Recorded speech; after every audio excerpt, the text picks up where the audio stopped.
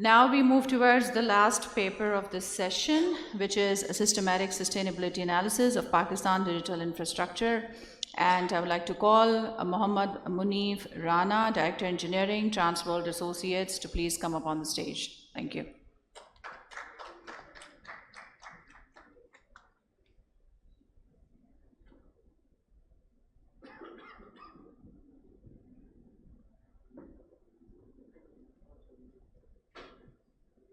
Assalamu alaikum.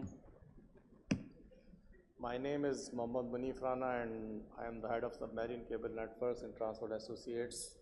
My primary responsibility is looking after the international connectivity, data center infrastructure. So I am here to present a case of how a driven growth industry, that is the telecom sector, is transforming from a driven growth industry to a utility infrastructure like a Karachi Electric Company. So next slide. Next slide. I have divided my presentation in 7 parts: the utility paradox, methodology framework, Pakistan's 34% cost penalty, macroeconomic paradox,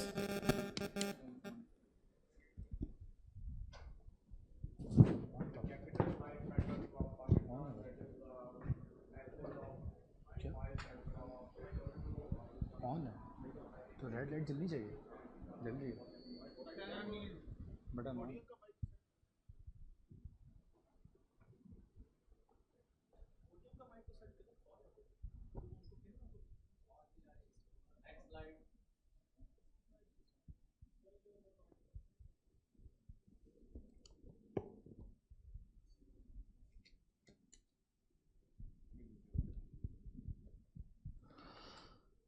Here is the problem statement is that the telecom, as you have many times read on the LinkedIn and on the web, that telecom is dying.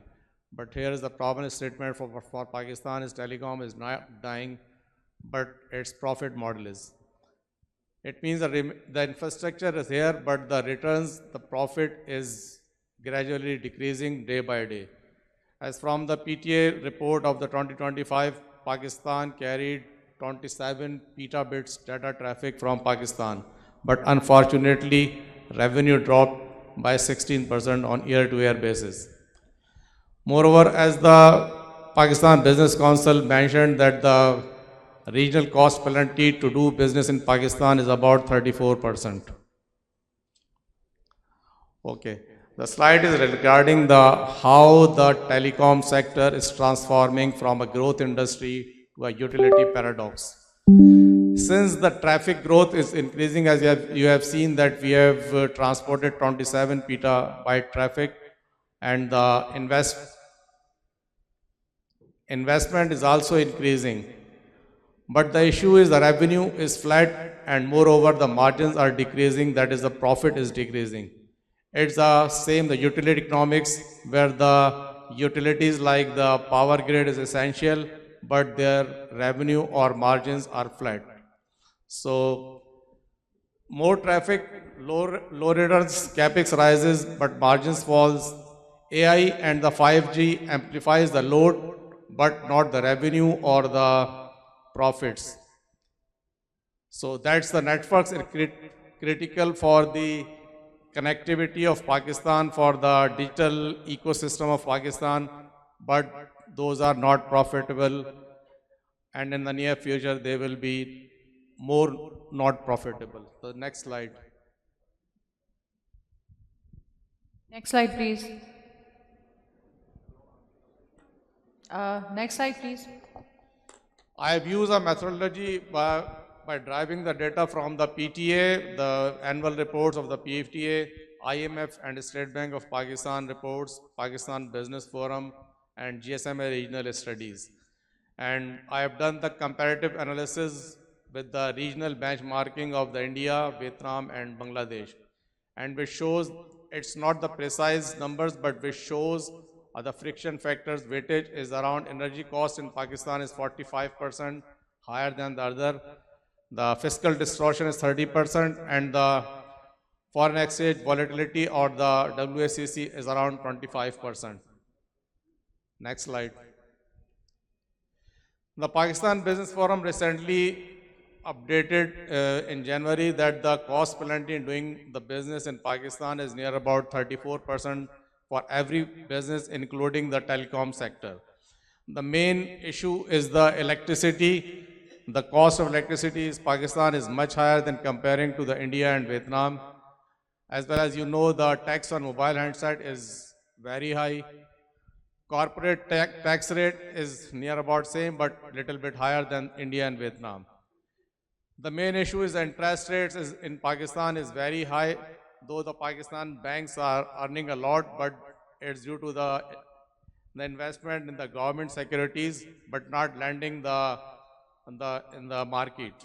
So interest rates is really very high, as well as you know, electricity is not stable in Pakistan. So that's why we have to rely on the DG sets, and the diesel multiplier is 3.5 times, which increases the per bit cost 3.5. So it's not a technical exhaustion. Energy cost exceeds the marginal revenue. Next slide. This is the macroeconomic paradox. The headline indicators, the left side is very good. The GDP growth for the 2025-6 is 3.7%. Inflation is controlled as far as the December 2025 is concerned. The State Bank report shows that it's 5.6%. Foreign exchange reserves also increased during the last 1 year. It's about 21 billion. But actual issue is with the investment reality check, as the foreign investors will come to Pakistan to invest or not. So as per the Hanley Global Risk Index, Pakistan on 222 out of 226 countries. And as you know, due to this, the FDI and the foreign direct investment sentiment is frozen by the international investors. And as I've already mentioned, that the revenues decreased 16% year on year, which is PKR 152 billion. So these are the right side, these are the not healthy sign for the telecom sector, and this is converging this sector into a utility. Next slide. I have inserted this slide to show that why the foreign direct investment is not interested in Pakistan, because of the exit of the few of the carriers during a period of 10 to 15 years. As you know, the QTEL, the Qatar Telecom, which is now called Ooredoo, exited from the market, which was an investor in the Brock Telecom or White Tribe. Telecom Malaysia, which was investor in Multinet, is also withdrew from Pakistan. Warid exited by selling its shares to Mobilink or Jazz. Omantel exited, divested their shareholding from the WorldCore, and recently the Telenor Pakistan exit after 18 years. So the key question in a market where foreign capital is hesitant, who will fund Pakistan's future digital backbone, which is very expensive. Next slide. Normally people talks about the AI and the 5G, that it's a demand multiplier, but it's not the case for the telecom infrastructure. Because with the AIs and the 5G, the traffic is increasing, but the margins for the telecom provider is not so increasing. Because AI apps and services earns the value, 40% value, cloud and compute 45%, international backbone only 10%, whereas the local telco operators 5% value. So the local telco operators is in very bad condition. AI raises traffic, but value captured only by the cloud or application platform. Actual expenditure is absorbed by the telcos. Because their infrastructure is capex intensive, and we have to invest a lot. So like electricity, the demand is raising, but the return is compressing. Next slide. I have inserted this slide here that to connect with the global digital infrastructure, we are compelled to invest in the submarine cables. Because if we miss the investment cycle in submarine cables, it's near about a decade connectivity. As you are seeing, the PTCL have 3 cables right now, and TWA 2 as well as the CyberNet is equipped with a 1 cable, which is Peace cable. If we see the history of the submarine cables in Pakistan, the first optical fiber-based submarine cable landed in Pakistan in 1998, and that the CME-4 and TW1 in the same year, that is 2005. So it's 7 years gap between first and the second submarine cables. Later on, the IMEV in 2010, and then in 2017, CME-5 and AE-1. And fortunately, the Peace cable came between them in 2022. Otherwise, the Africa 1 and the CME-6 in pipeline, and their RFS is near about the Q1 2027. So if we miss the opportunity in case Africa 1 and CME-6, then there is no cable in the pipeline, and we miss the opportunity for the international connectivity of Pakistan. Next slide. I've also mentioned here that it's not the story of Pakistan, it's a global stress. Globally, if you have seen the traffic in zettabytes, but all the telco operators are bleeding. If we see in Europe, Orange or Vodafone is in a case with the fair share with the big techs like the hyperscalers, they are asking the government for share in their traffic or in their revenue. AT&T and Verizon, they have decided a wrong decision. They tried to become the media moguls, but unfortunately the decision was proved wrong, and they have to divested their Warner Media and the Yahoo AL, and they are now the world's most indebted non-financial companies. I think Verizon is around $122 billion and the AT&T is about $89 billion. Another case, MTN Airtel, because of the currency fluctuation in Nigeria, their profit abnormally transformed from a profit to loss. The only good example is Jio India, because they have Jio network. They are taking advantage of whole ecosystem. They have network, they have payment system, Jio Cinema, and all that. So that's why they are profitable, as well as the Etisalat, which is now EN. They have formed 5 or 4 companies, EN Enterprise, EN International, EN FinTech, and something like that. So they are also, actually these companies are not telecom operators. Now they are called the techcos, technology companies, because they are telco operators as well as they are selling the technologies, AI and everything to their customers. Next slide. Policy implications, which is the core reason of losses of the telecom sector.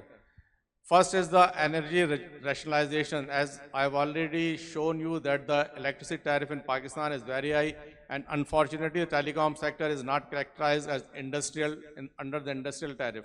We are categorized under the commercial tariff, which is very high comparing to the industrial tariff.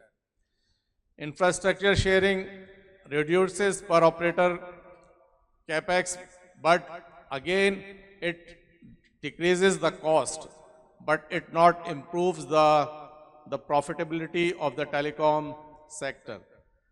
Submarine cable policy, though that PT is working on to streamlining the licensing process for the submarine cable, but it further requires their support. Next slide.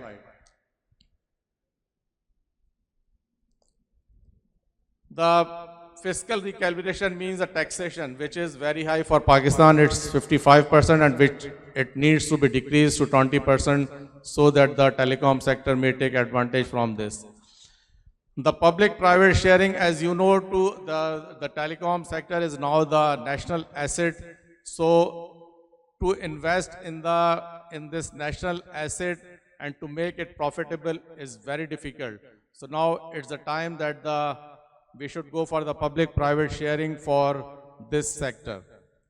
Foreign exchange, and it's a problem which is beyond the control of the telecom sector, because it's under the government how to control the foreign exchange and weighted average cost of capital for financing. The main issue in this that we have to pay to international suppliers as well as the vendors in the dollars, whereas our billing is the PKR. So this exchange rates affects the telecom operators. Next slide. These are the key results and contribution. Here the utility paradox is confirmed as you are seeing that the traffic is growing, revenue index is also growing, but the issue is the profitability of all telecom companies are going down. So, and because of the numerous factors, but the main factor is the high cost of doing business in Pakistan. The energy cost is high, taxation is high, and foreign exchange is very high. Next slide. Conclusion. Telecom is not dying, but high return era is over. The 20 years, which is the very good from 2005 to 2025, they are the very good years for the telecom sector, but right now the high return area is over, and it's not failure, but the return, the profit is not like the 2005 to 2025. Telecom digital is now the new reality that telecom is digital power grid like. So it's essential, but the returns are very low. Private operators limits ARPO alone cannot fund national digital infrastructure. I mean the private operators, because the ARPO is very low, so the private operators are not in such position that they can fund the national digital infrastructure. The path forward, state co-investment, this is the only solution that the state co-invest in this sector. And that's it. Next slide. Thank you. Thank you very much, Mr. Munif.